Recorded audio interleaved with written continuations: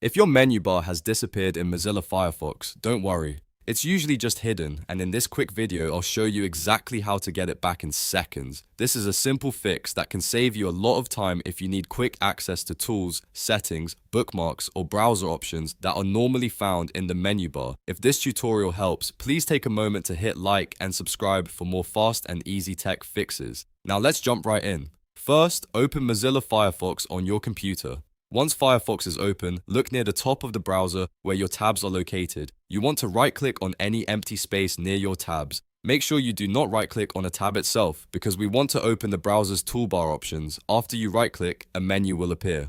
From that menu, click Menu Bar. As soon as you select it, the missing menu bar should instantly reappear at the top of Firefox.